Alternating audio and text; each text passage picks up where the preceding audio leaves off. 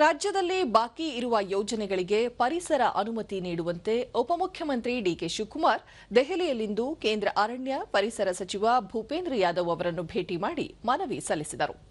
ಈ ವೇಳೆ ರಾಜ್ಯ ಸರ್ಕಾರದ ಅಪರ ಮುಖ್ಯ ಕಾರ್ಯದರ್ಶಿ ಗೌರವ್ ಗುಪ್ತಾ ಉಪಸ್ಥಿತರಿದ್ದರು.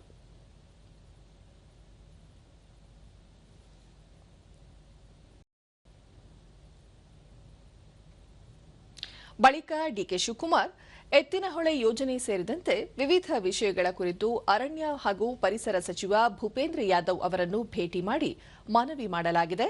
ಅದಕ್ಕೆ ಅವರು ಸಕಾರಾತ್ಮಕವಾಗಿ ಸ್ಪಂದಿಸಿದ್ದಾರೆ ಎಂದರು.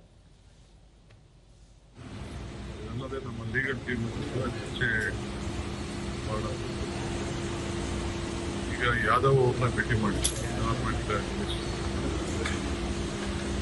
ನಾನು ರಿಕ್ವೆಸ್ಟ್ ಮಾಡಿದ್ದೀನಿ. ಅವರು ಕನ್ವಿನ್ಸ್ ಆಗಿದ್ದಾರೆ. ಎತ್ತಿನೊಳೆ ಪ್ರಾಜೆಕ್ಟ್ ಅನ್ಕ್ರೆಡಿಟೆಡ್ ಲ್ಯಾಂಡ್ ಒಬ್ಜೆಕ್ಷನ್ಸ್ ರೈಸ್ ಮಾಡಿದ್ರು, ಅದು ಕೂಡ ಹೇಳಿದ್ದೇವೆ.